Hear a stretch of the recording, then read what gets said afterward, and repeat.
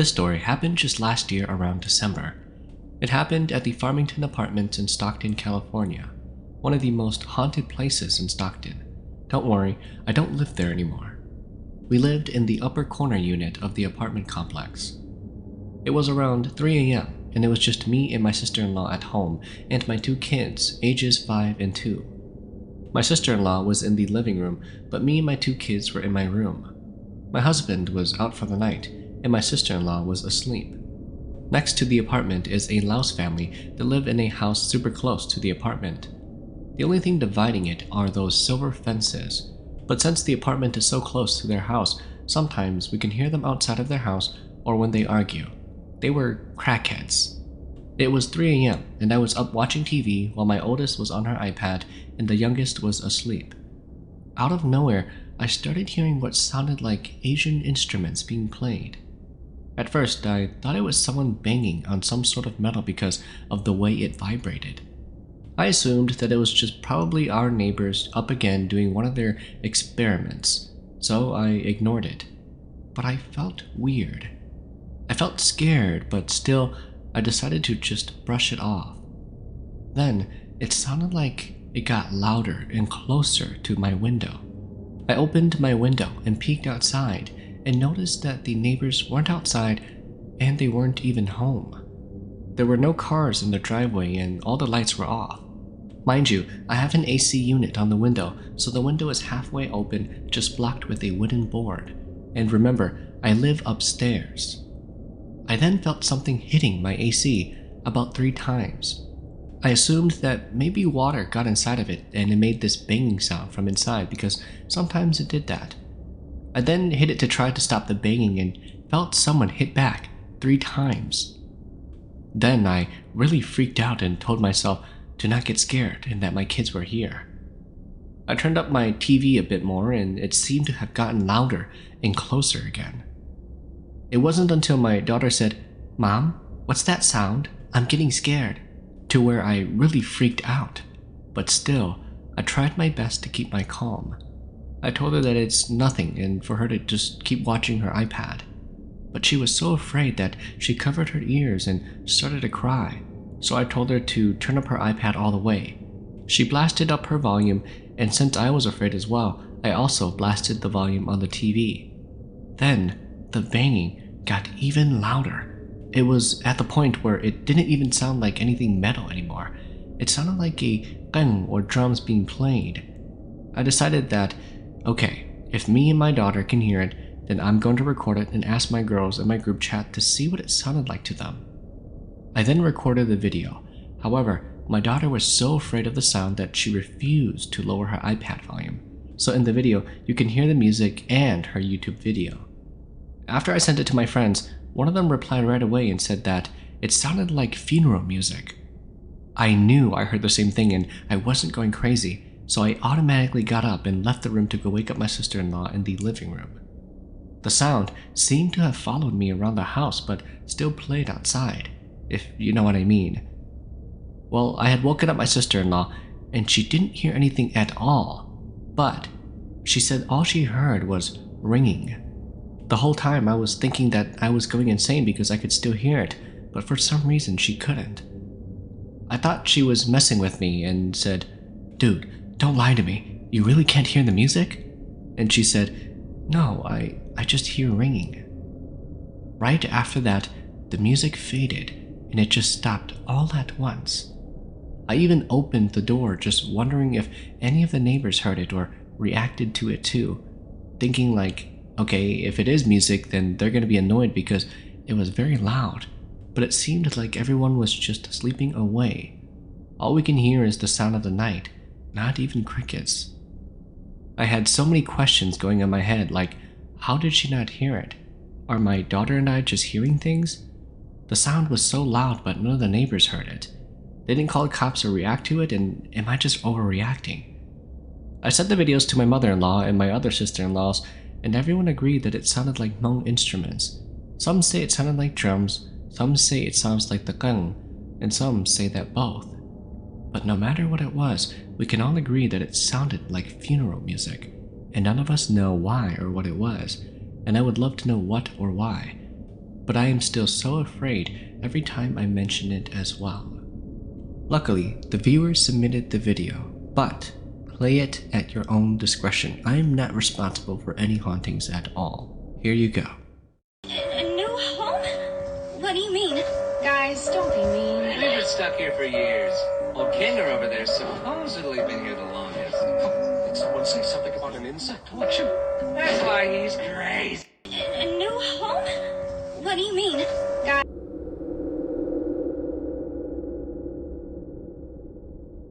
My story is not necessarily scary, but just an unusual thing that happened.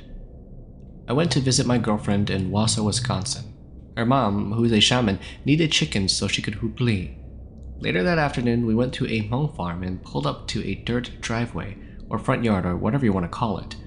My girlfriend's mom told her to go and knock on the door to get someone to come out so we can go and get the chickens. Her mom and I were sitting in the truck while my girlfriend was knocking on the door.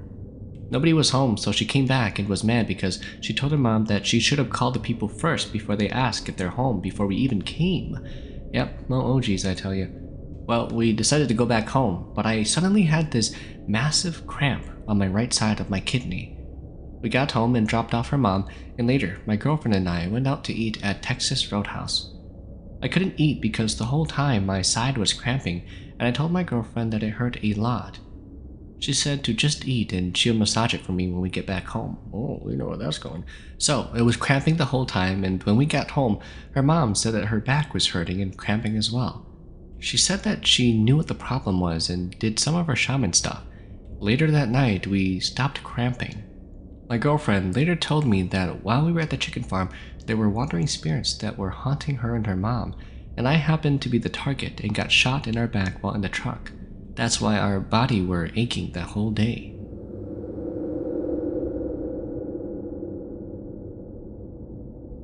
Wisconsin guy here, and I have a story about my uncle.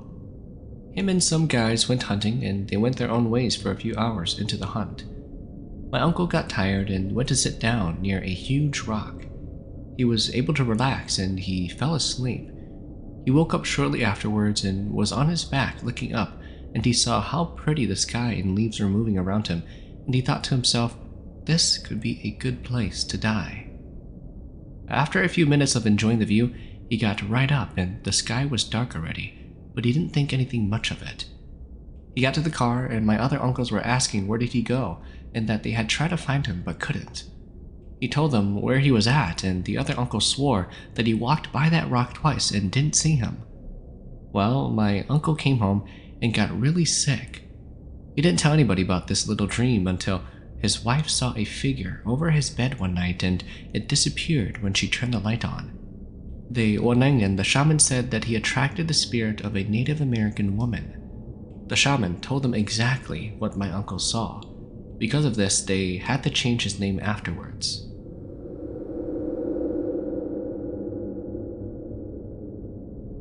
I have a few stories to share with you all. This first one happened about 8 years ago. My two cousins from Wisconsin came down to visit us and we were just having a good time. We decided to all spend the night at another cousin's house before they left home. Well, we happened to be talking about ghosts before going to bed. The guy cousin from Wisconsin was sleeping while we were just sharing stories. Just a little bit before we were heading off to bed, he woke up running to the living room and told us what he saw. He said that while he was sleeping, he kept on hearing tapping noises that woke him up. Still sleepy, he opened his sleepy eyes and stared towards the tapping noise. It happened to be coming from the window, and surely enough, the window blinds were open.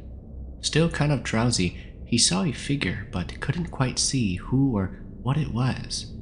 He then focused closer to the figure and saw it had long hair, although he couldn't see its face. My cousin realized that he was in the dark, and that's when he understood what he saw. Right at that moment, he ran out the door and came straight to us. Because of that night, all the girls had to go with each other to the bathrooms because no one dared to go outside. What a night it was. This next story happened about 6 years ago when my cousin passed away. The family was in the process of doing his funeral and everyone was over helping fold paper boats. My cousin, who was a shaman, was doing some jingle bells for some reason and I kind of forgot. Now, when she does jingle, she speaks Chinese so no one can understand her. As she was doing her thing, she got possessed by the spirit of my dead cousin. The cousin stopped jingling, and the dead cousin was talking through her. He was telling his wife how sorry he was for treating her the way he did when he was alive, and that he was leaving and for her not to be sad. There wasn't any of us that had any dried eyes. Well, from the women at least, in that room. The cousin who was possessed then took back her body and continued jingling away. It was pretty sad, but at the same time creepy to see someone get possessed like that. Just a couple of days after he was buried, I had the weirdest, creepiest dream about him. In my dream, my cousins were jingling, and I was overplaying with my cousins outside of their yard, which was his yard too because they lived in the same area. We were having fun playing Taekwondo when at the corner of my eyes, I saw him appear. He was well dressed in a suit with his cane. He then waved his hand for me to go to him. I started walking towards him, but as soon as I got halfway, I realized that he was dead already. I then intended to run the other way, but he was already running after me. I got so scared I ran to my cousin's house and told them that he was chasing me. All the OGs calmed me down and went outside to talk to him. They invited him in and I just woke up after that. I guess he missed everybody. This next one my sister-in-law told me not too long ago. Her grandma had just recently passed away and her mother called and told her what was happening to her. Her mom said that while her mom was doing the garden, someone threw a rock at her. She looked around to see who it was but didn't see anybody. She didn't think much of it and went back to her gardening. Some minutes later, the same thing happened again. She turned to see who it was, but there was nobody in sight. Her mom got really creeped out and decided to stop and went home. She told her aunt about what happened, and her aunt told her to not go to the funeral as what happened to her could be a bad omen. I don't think she attended the funeral, but dang, that scared me out of my wits when my sister-in-law told me. This one, my sister-in-law also told me about what she saw. They used to live in this very ghetto place, and there was a little garden that they would go up to do their gardening in. She said that while she was gardening with her mom, she saw these two little girls playing around the garden. She didn't think much of it and went on her business. My sister-in-law looked down for a few seconds and up again, and the two little girls disappeared. Both her and her mom stopped whatever they were doing and rushed home. She told me that they definitely saw Bunzong playing around. I remember going to that place before and definitely remember how creepy it was. She also told me that the house right upstairs from theirs, they would always hear a voice of a baby crying at night because a long time ago, a little baby died in that house a few years earlier, and it's been unoccupied ever since.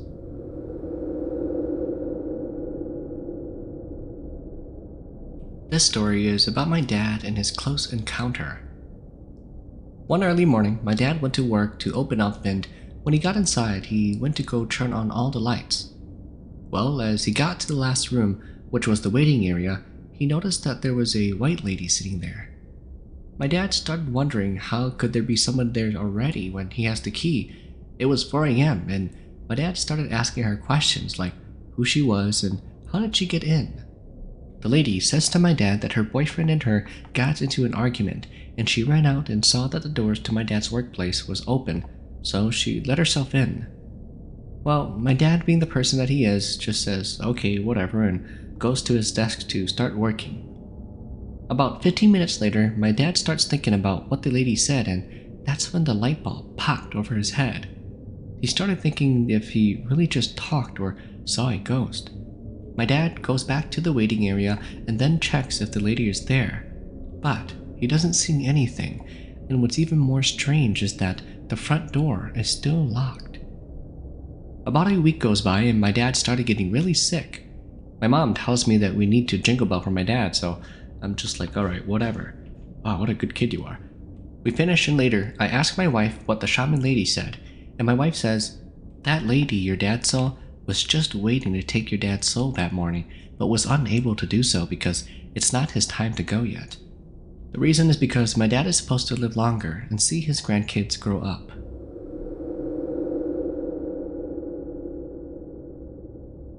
Here's some stories about my buddies and I in the place that we work at.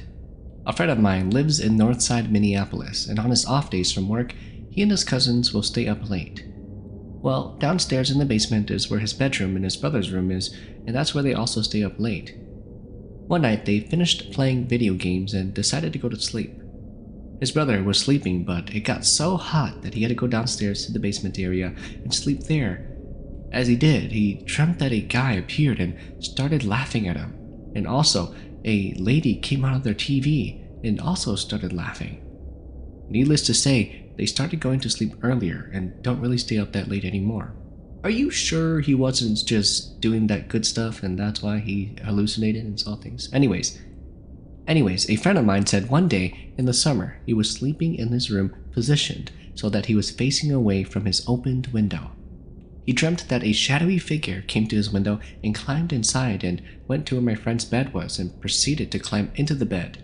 The figure then put his hands on my friend's neck and on his legs, and that's when he felt the pressure of the shadowy figure on top of him. After a few minutes, he felt the pressure lift off of him and ran out into the living room. Here's the last story that I have to tell.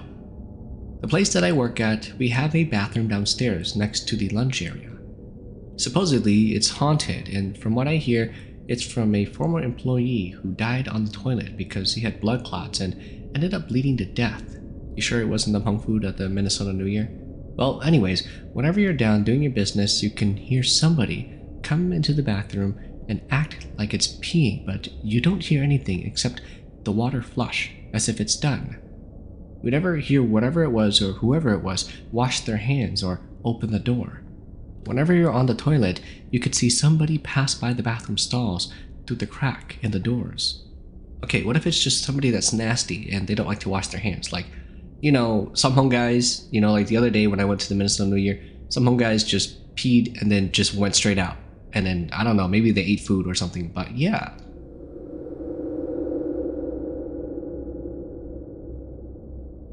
Here are a couple of stories from me. Last weekend, we were hanging out at my oldest brother's house. A brother-in-law and his little family and mother came to town. They slept over at my brother's house. This was a Friday night, and that brother-in-law and my nephews had gone bowling. The brother-in-law's wife and child slept out in the living room. It was just before 1 a.m. and the wife kept on seeing a figure go down the stairs and into the kitchen. It would walk into the kitchen and then down the hallway. The figure kept on doing that for a few times. The wife didn't think anything of it and tried to go to sleep. The next day, she asked my brother's family if they knew who kept on doing that. She thought it was the oldest son, but it turns out most of the guys had already gone bowling. The only son that left that stayed home was already asleep. The wife kept on insisting that it was the oldest son, but he wasn't even home yet from bowling. We just kind of said it must have been the son that was already asleep just to not try to scare her. This happened a couple of nights ago to my friend. She had a dream that she was in this room. Out of nowhere, she said, "Hello?" And a voice answered back in her head and said, "Hi, I'm Ashley." Whoa, that's kind of weird. The way she described it, it's like those voices that you can clearly hear in your head. I'm not sure if any of you have ever experienced anything like that, but it can be pretty freaky. Anyways, she woke up kind of scared. She walked out of her room and into the living room where her brother was sleeping. She told him what happened, and he said that he could sleep out there with him. She slept out in the living room with her brother and had another dream. In this dream, she was just sleeping next to her brother out in the living room. She woke up and saw a shadowy figure standing right next to her. Frantically, she woke up her brother, telling him that there was a person standing next to her. He just kept on saying that there was nobody there, but the shadow just kept on coming towards her, and she kept yelling at her brother, but he wouldn't do anything. She then woke up from that dream. It was Ashley. Never trust anybody with the name Ashley. Anyways, I have this niece who is very sensitive to the spiritual world. She had this dream that this little girl appeared to her and said to her, "You know why we visit you? It's because we want to talk to you. But I can't talk to you right now. I have to go. Bye." And yeah, that was the end of this story. Thank you for listening. Here's the next story.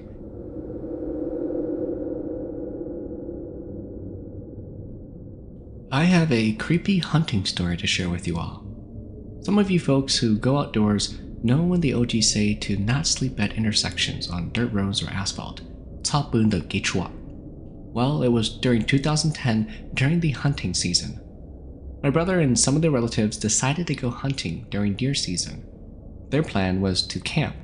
They decided to scout out their camping site a week ahead. They saw that there were water lines, which was weird out in this forest. Because of this, my brother decided not to stay there, but the relatives said to not worry about it and that it's okay. It's fine, totally. Everything's always okay, and never listen to what the OGs say. That's why you're not a doctor. Anyways, that evening, there was an ATV coming from down the road without its lights on. The driver wasn't in camo like he was hunting, but just driving fast and past my brother's campsite, but right when it was dark. My brother said that something wasn't feeling right. He felt as if someone was watching them from far away with scopes. So my brother told the relatives that he didn't want to stay there anymore. They could just camp there, but he was going to leave. He said that he was leaving no matter what, because to him, he thinks that they're on a spot where there could be rednecks or people who are growing marijuana because of the water lines where they camp at. Everybody just said to my brother that since you're going no matter what, then let's just all pack up and leave. So they all decided to pack up their gears and left. Everybody drove and drove, then they all stopped at a spot where the intersection was at, or a crossroad. They were all tired and they just decided to stop there and rest, but my brother did not want to because of what my dad said. My dad has always said to, no matter what, no matter where you go, do not sleep at the crossroads or intersections. But the relatives said that it was okay, that everything's fine, and that's the reason why you're not a doctor. They said that my brother was just scaring himself. So my brother decided, fine, let's just sleep here for the night, whatever happens, happens, okay? Everyone set up the tents and slept. One of the relatives slept inside of the truck. Two of my cousins slept with my brother in the tent that night, and everyone was locked and loaded with their guns. My brother had his rifle and the other two had their rifles and a handgun. That night, when everyone was asleep, my brother was still a little awake. When he was about to finally fall asleep, he heard people talking out of nowhere and voices coming closer and closer to the campsite and tents, but he decided to ignore it and go to sleep. Later on that night, the other cousin felt and heard the door of the tent zip open, and my brother did as well.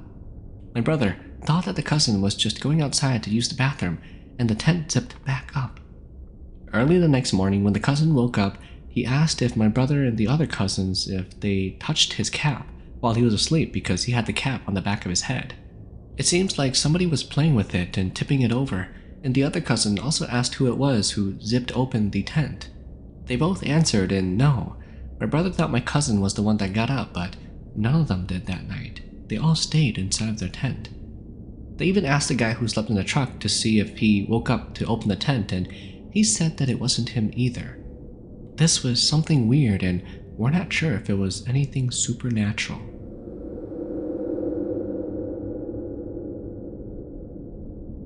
I used to get sad out a lot. One time I was too tired to fight it off, so I flicked it off, and I could tell it got mad or something because it squeezed me harder while still on top of me. While it did that, it made a very weird sound that sounded louder. I just drifted off to sleep. One time I felt the sensation of it coming back, so I got up and ran to my light switch, but my feet and body were so heavy I was running in slow motion. Then I felt a cold hand grab my left shoulder and pulled me back. I would shake it off, and then it grabbed my right shoulder.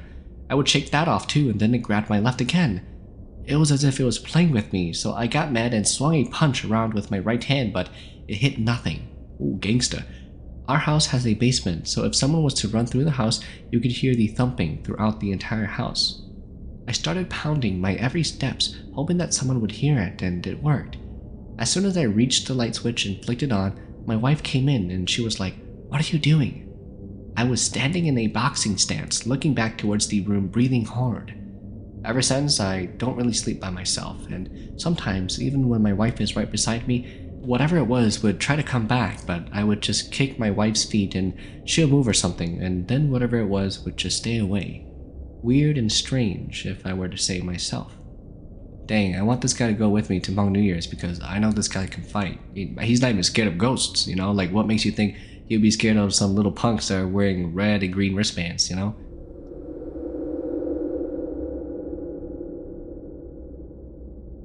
My sister has this ghost who comes to her in dreams and transforms into her husband's little brother. Then he would try to seduce my sister by saying that no one is around her to see and that nobody will find out. It seems so real, and she is so scared of it that when her husband's real little brother comes over, she doesn't even say hi to him. There are a lot of drownings in the San Joaquin River in Fresno. Many years ago, a high school homeboy drowned there. The scary thing was that my cousin and I were fishing at the river that day, but we never found out until we came home. It turns out the dead boy went to the same school as my cousin who went fishing with us. What's even more scary is that we almost crossed the rushing river so we could go fishing on the other side of the bridge, which was where the boy drowned. Thank God we couldn't make it to the bridge due to the fast currents and too much vegetation on the sides. The boy came from a farming family, and they usually farm late into the night. One late night of farming, the boy said that he saw some banzong, and he ran to tell his parents, but they called him a liar and said that he was lazy, so he was just making excuses. Sounds just exactly like Hmong OGs. They never did Hmong jingle bells for him. Well, on the day of the drowning, he and his older brother took a farm break and went to the store. He asked his older brother if they could go swimming at the river before they went to the farm because it was super hot that day. Although their family weren't great swimmers, his older brother said sure because they had been farming so hard and so much for the past few weeks. He brought along his little snorkeling goggles and mouth tube, and they both went to chill at the river. They were snorkeling in waist-high water, and I guess the older brother wasn't keeping track of the younger one due to constantly dipping his head into the water. From what I heard, he saw his little brother's body deeper into the water, but it wasn't even all that fast. He tried to go grab him, but he couldn't swim himself, so he just screamed for help, and somebody finally got him but couldn't revive him. Maybe he choked on the water while breathing through the snorkel tube. But yeah, that day, we were just 300 feet or so upstream.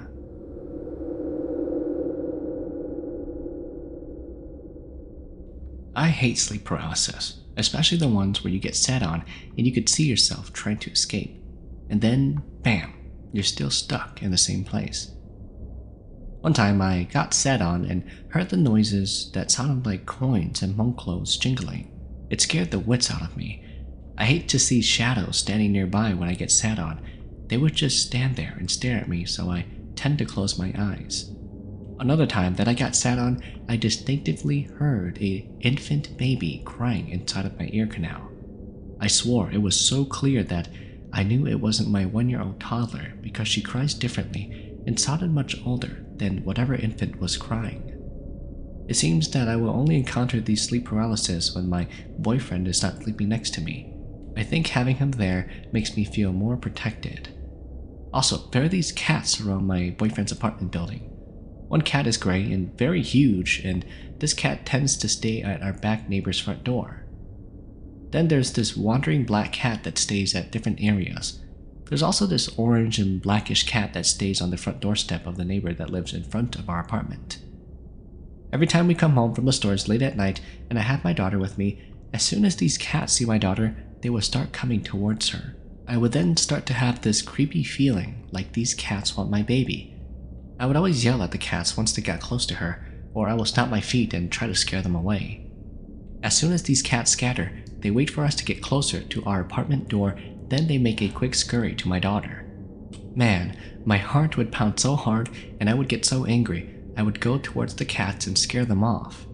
This always happens. Sometimes they come after my daughter when they all spot her at the same time. If only one of the cats is there, then that cat will try to come forth and approach my kid. To me, I feel like this is awkward because once they see my car pull up and my kid is out the car, one of the cats will run towards my door and glide under the parked car next to mine and wait for us to walk ahead.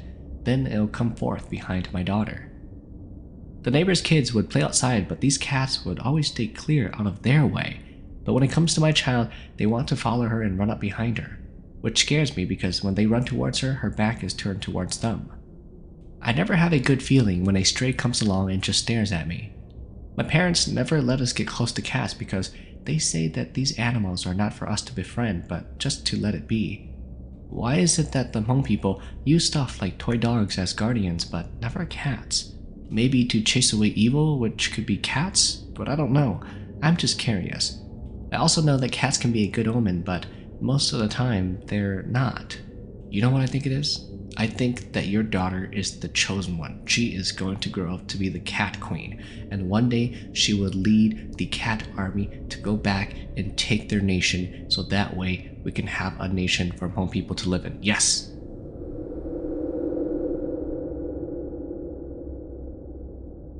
I thought it was a dream of mine, but my mom brought it up to me a couple of days ago when my parents were talking about certain apartments that were haunted. When I was a kid, we lived in Merced, California, in a small apartment with lots of Hmong people. It's probably that apartment complex. It was hot and sunny that day. I was hungry from playing outside, so I came inside for lunch. My mom made me noodles and I sat in the living room, and she went back to the bedroom to watch TV. At that time, it was only me and my mom. Their bedroom faces the living room and a part of the kitchen which is to their right. The front door was to the left. I was sitting there and facing part of the door, eating my noodles. I don't remember how exactly this went, but from what I remembered, the door was slightly open for some fresh air, but my mom said that the door was closed. She said that the door just flung open when that happened. Anyways, I remembered I glanced up and saw what looked to be my dad. He came walking in through the front door and walked straight into the kitchen. He didn't even look at me or my mom and just completely vanished. As a kid, I didn't know what it was or what was happening, and I didn't feel scared. I just felt confused. Up until the other day, when my mom told that to my dad, I kept on retelling it in my head if what I saw was real or not. Now that I have some evidence, I'm sure that it was a ghost. Not because of that encounter that I believe in ghosts, but just to say that that was the only explanation that I have. Here's another tale that happened to me a few years ago. We now live in Portland, Oregon, after we moved from Merced over 10 years ago. This is a small apartment complex that we live in. Back then, there used to be a lot of Hmong people living there. The little kids would play in the back dirt road around these trees and blackthorn bushes. Now, these tree branches would almost touch the ground, and if you go underneath it, you'll discover a little hideout. I guess that's where they played there all the time.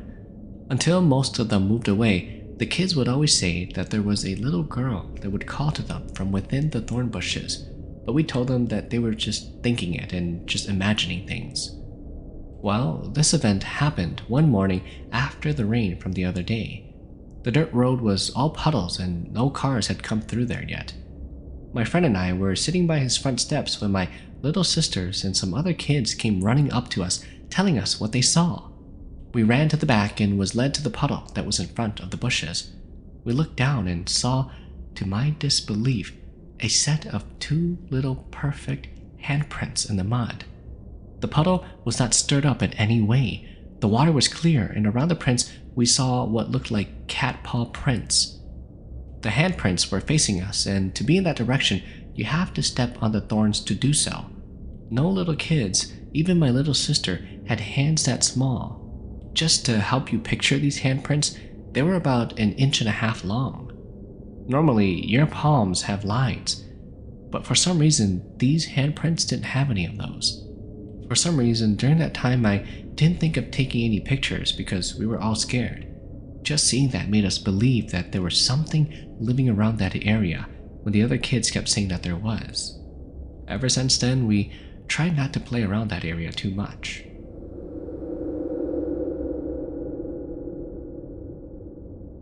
I'm from North Carolina, and there's a Hmong dude who killed his wife in front of a Barnes & Noble store.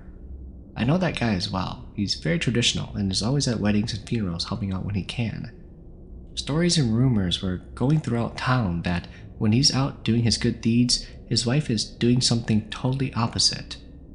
Words get around from other people who see her with other guys, so one night, he decided to lie to her that he was leaving to go and help out at a local funeral all night until dawn, but instead, he sat and waited in his car a block or two near his house to see what was actually happening when he was not home.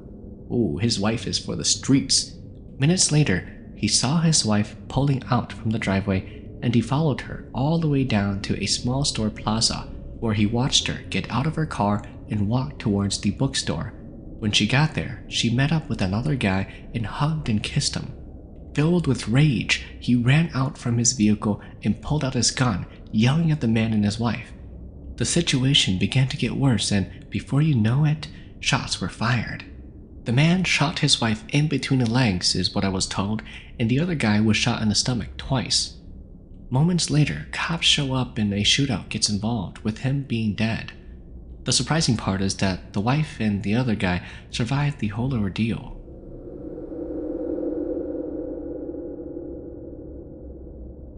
Many years ago, shortly before my mother passed, her and my father were in their bedroom, and my dad was getting ready to give my mom her medications. A few of my siblings and I were out in the living room watching TV when all of a sudden we heard our mom yelling and cussing. Out of curiosity, I got up and went to ask my mom why she was yelling at my dad for. She replied that she wasn't yelling at my dad, but was yelling at the ghost that had been sitting down at the foot of the bed. I turned to look at the foot of the bed, and sure enough, there was an indentation as if someone was sitting there. By this time, I was scared and terrified. In the chaos of things, I didn't realize that my dad had already left the room and had returned with a pan of burning oil. He started spitting water into the oil to create smoke in hopes of scaring the ghost away, but my mom kept on saying that it was still there. At the time, we had a guard dog, and when the smoke wasn't helping, my dad ordered me to open the back door to let the dog in. The moment the back door flung open, our dog came running inside, barking like crazy. He ran through all the rooms of our house and then back out through the door. Apparently, our dog must have chased the ghost away because my mom couldn't see it anymore after that. After the incident, my dad called an uncle, and he instructed my dad to burn incense and ask the ancestors for protection. That night, as my dad was sleeping, he dreamt that a great uncle, who had passed away the week before, came to him and asked why did we chase him away earlier that night. The uncle said that he had been separated for so long that he missed us so much. He only wanted to see us one last time before he departed forever. During the last week of my mother's life, cats started showing up and hanging around our house. The neighborhood that we lived in at the time did not have any stray cats, and these cats came out of nowhere. They would come right up to our front door and just sit there. We would chase them away, but they kept on coming back. At the moment of my mother's death, the cats started fighting amongst themselves in front of our house, but that ended as quickly as it began. After my mom's passing, the cats never came around again. This isn't scary, but I'll share it nonetheless. I had an older sister who was killed in a car accident when I was 3 years old. My only memories of her was her scent. It wasn't a natural body odor, but maybe like a lotion or body spray type of scent. Through all the difficult times of my life, I would smell the scent. So it came as no surprise that I would smell the scent again the day before my mom passed away. I was standing in the backyard by our garden when I felt this gentle breeze. It was the middle of summer, so the breeze was quite unexpected, but it was accompanied by this scent. Looking back at it now, I believe it was my sister telling me that everything would be alright and for me not to be scared because she was there, watching over all of us. Wow, what a great story.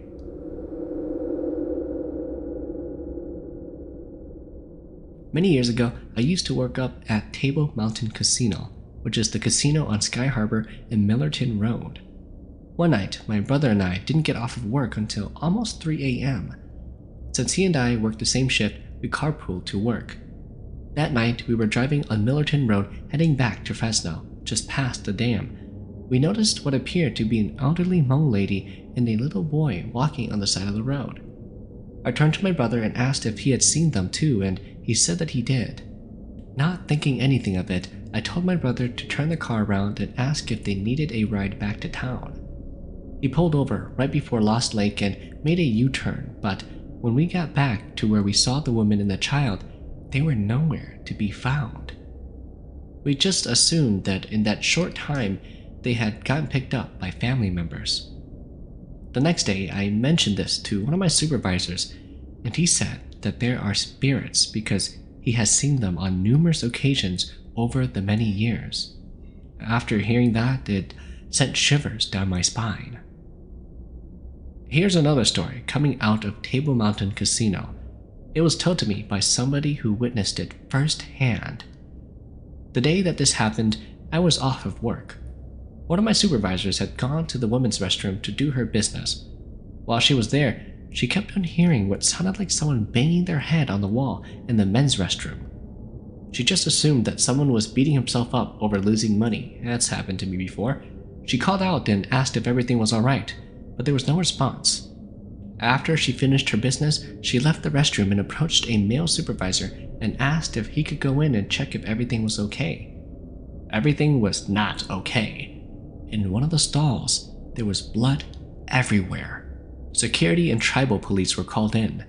They reviewed the security tapes but did not see anyone coming out all bloodied and torn up. To this very day, I do not doubt for a second that it was a ghost. Don't gamble, guys. 你叫係tự賤啊，這個啊，這個tự賤啊。